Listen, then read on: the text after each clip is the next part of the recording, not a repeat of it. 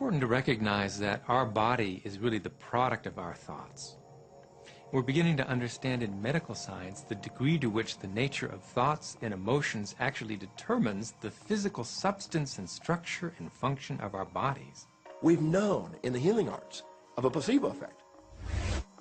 A placebo is something that supposedly has no impact and no effect on the body, like a sugar pill or something. You tell the patient that this is just as effective, and what happens is the placebo has the same effect, if not greater effect, than sometimes the medication is supposed to be designed for that effect. So they found out that the human mind is the biggest factor in the healing arts, more so than sometimes the medication. If somebody is in a situation where they're sick and they have an alternative to try to explore what is in their mind creating it versus using medicine, if it's an acute situation that could really bring death to them, then obviously the medicine is a wise thing to do while they explore what the mind is about. So you don't want to negate medicine. Every form of healing has a place. There is only a stream of well-being that flows, you know. It is a stream of pure positive energy. And the universe, all that we know, is abundant with only that. This is a world that is based upon well-being, and well-being dramatically abounds. And when you are allowing that stream to flow in its fullness, you feel very, very good. And when you are pinching it off a bit, you feel not so good. There is only a stream of goodness or well-being which you are allowing or not. And your magnificent emotions are telling you what the mix is, how you're doing in your allowing or your resisting of this connection. You know people who have had terminal disease. Stop and think of the word dis-ease. Hyphenate the word. That's a body that's not at ease. We've got 1,000 different diagnoses and disease out there. They're just the weak link. They're all the result of one thing, stress. And you put enough stress on the chain, you put enough stress on the system, and one of the links breaks. Our physiology creates disease to give us feedback, to let us know we have an imbalanced perspective and we're not loving and we're not grateful. So the body's signs and symptoms are not something terrible. The question that's frequently asked is when a person has manifested a disease in their body temple or some kind of discomfort in their life, through the power of right thinking, can it be turned around? And the answer is absolutely yes. On November 23rd, I was diagnosed with breast cancer. I truly believed in my heart, with my strong faith, that I was already healed. During the day, all day long, I would just say, thank you for my healing.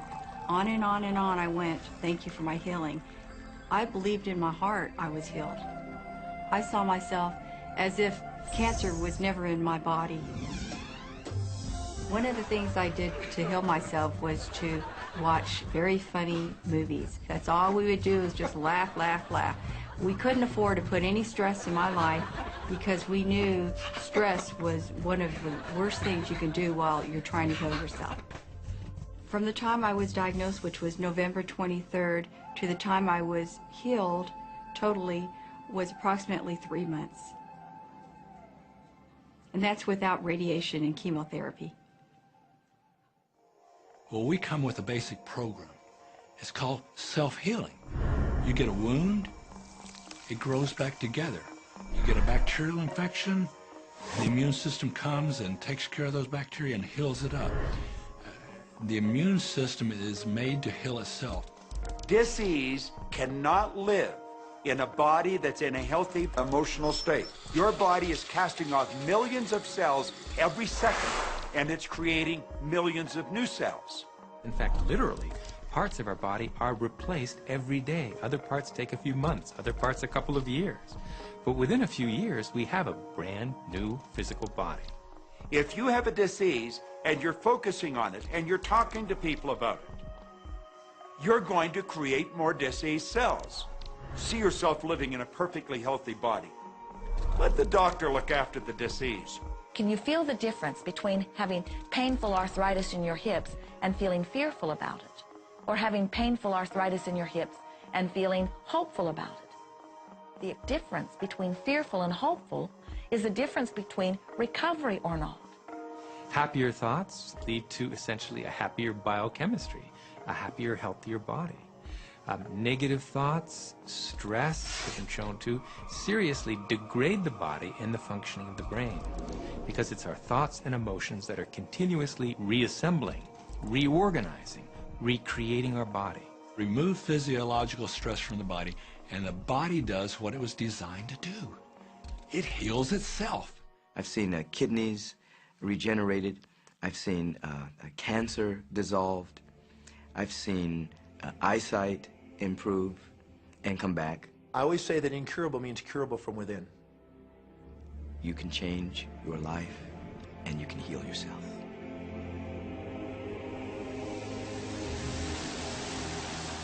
Well, my story begins on March 10, 1981. It really changed my whole life. It was a day I'll never forget. I crashed an airplane.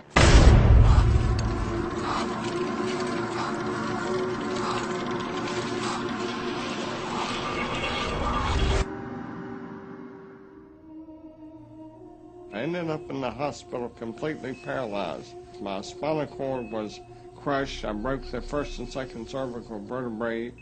My swallowing reflex was destroyed. I couldn't eat or drink. My diaphragm was destroyed. I couldn't breathe. All I could do was blink my eyes. The doctors, of course, said all my life I'd be a vegetable. All I'd do is blink my eyes the rest of my life. That's the picture they saw of me, but it didn't matter what they thought. The main thing was what I thought.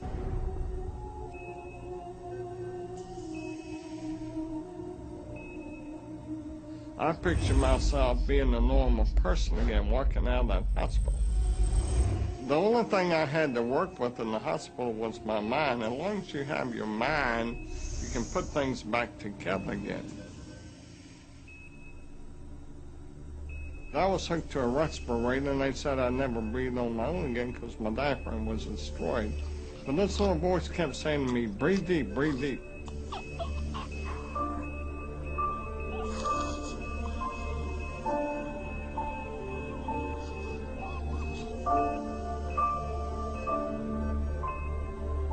Finally, I was weaned from it. They were at a loss for an explanation. See, I could not afford to allow anything to come in my mind that would distract me from my goal and from my vision.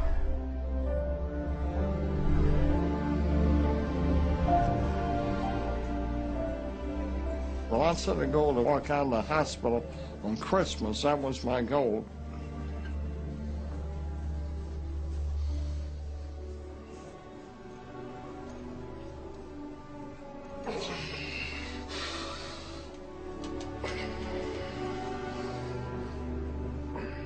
Eight months later, I walked out of the hospital on my own 2 feet.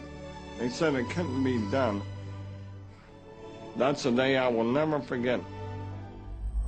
For people that are sitting out there right now watching this program that are hurting, if I wanted to sum up my life and sum up for people what they can do in life, I would sum it up this way in 6 words. Man becomes what he thinks about.